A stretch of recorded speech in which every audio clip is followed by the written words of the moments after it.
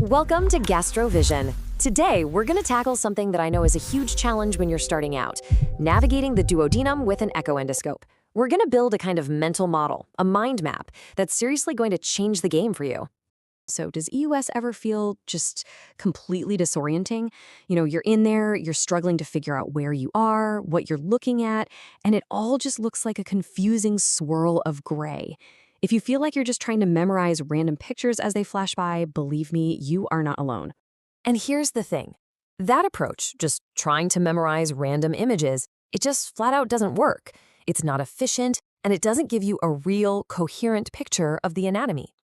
The real solution is to build a structured anatomical mind map, a map that lets you actually predict what you're going to see, so you can navigate with total purpose. And that is exactly what we're about to build together. So here's our game plan. We'll start by talking about that learning curve. Then we'll get right into building our anatomical map using a simple clock face idea. After that, we'll take a guided tour, going both clockwise and counterclockwise, and we'll finish up with some pro tips for mastering a few key structures. Ready? Look, every single person who does EOS has been there. That initial phase of confusion is real, and the learning curve is steep. But the method we're going to go over today is specifically designed to take you from that feeling of being lost to a place of real clarity and honestly confidence when you're doing your procedures. Okay, so this is the core concept, the whole foundation for our mental model. We're going to imagine our view from the second part of the duodenum, D2, as the face of a clock. It's a really simple analogy, but it is incredibly powerful for mapping out this whole complex region. First things first, we need a starting point, a home base. When you get your scope into D2, it kind of naturally settles into a position where the ultrasound probe is facing posteromedially, basically towards the papilla. We're going to call this our neutral position, and on our clock face, this is 9 o'clock. Everything starts right here. So, right here at our 9 o'clock home base, you can see this beautiful, predictable stack of structures. Think of it in layers. Closest to your probe, you'll see the common bile duct sitting in the head of the pancreas. Right behind that are the pancreatico-duodenal vessels. Then you hit the big one, the inferior vena cava, the IVC. And even deeper, you'll see the right renal artery coming off the aorta, and then finally the aorta itself. All right, we've got our bearings at 9 o'clock. Let's start our tour. We're going to begin by rotating the scope clockwise, kind of looking up towards the 12 o'clock position, which represents the front or the anterior side of the patient. As we make that small clockwise turn towards 10 o'clock, a whole new set of super important structures rolls into view. You'll see the head of the pancreas, and right behind it, the superior mesenteric vein, the SMV.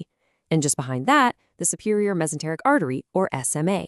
And then way out in the far field, you'll see the body of the pancreas.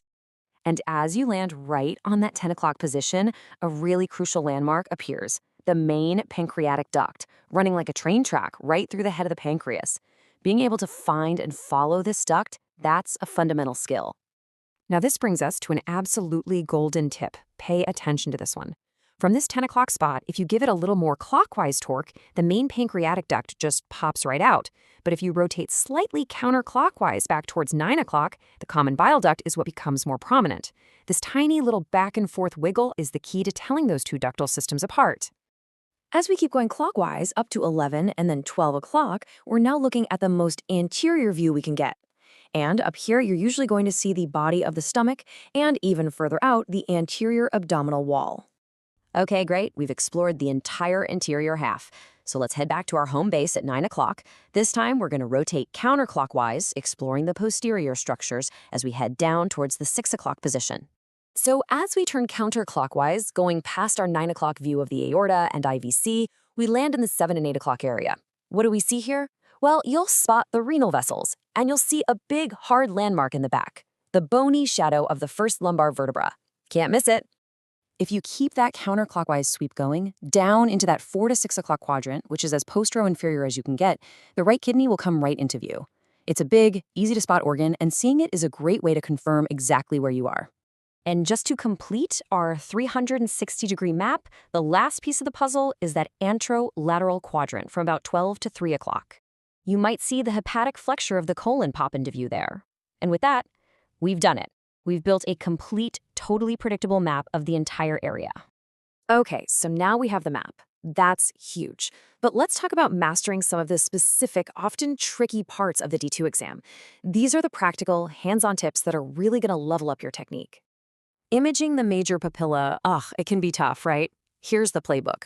First, get a stable, short scope position. Don't fight a long, loopy scope. Next, inject some deaerated, lukewarm water. It works wonders to distend the duodenum.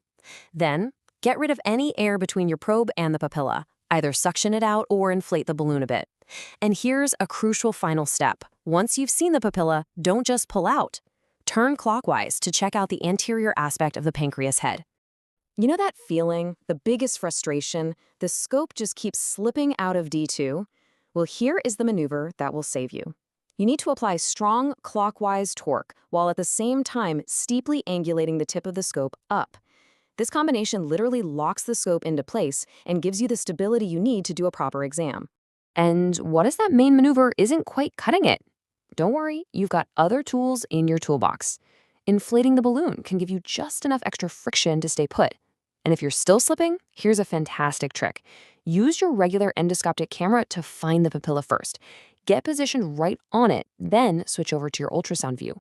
And one last anatomical pearl for a part of the pancreas that's easy to miss, the uncinate process. The most reliable, foolproof way to find this little hook of tissue is to look for it sandwiched right between two major blood vessels, the superior mesenteric vein and the aorta. So what does this all boil down to? The main takeaway here is really simple. The key to getting good at this, to feeling confident, isn't just about logging hours. It's about practicing with a solid mental framework.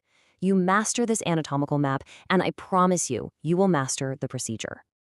I really hope this structured, clock-face approach helps you navigate the duodenum with a whole new level of confidence. For more explainers just like this one, all designed to build your skills, make sure you subscribe to Gastro Vision.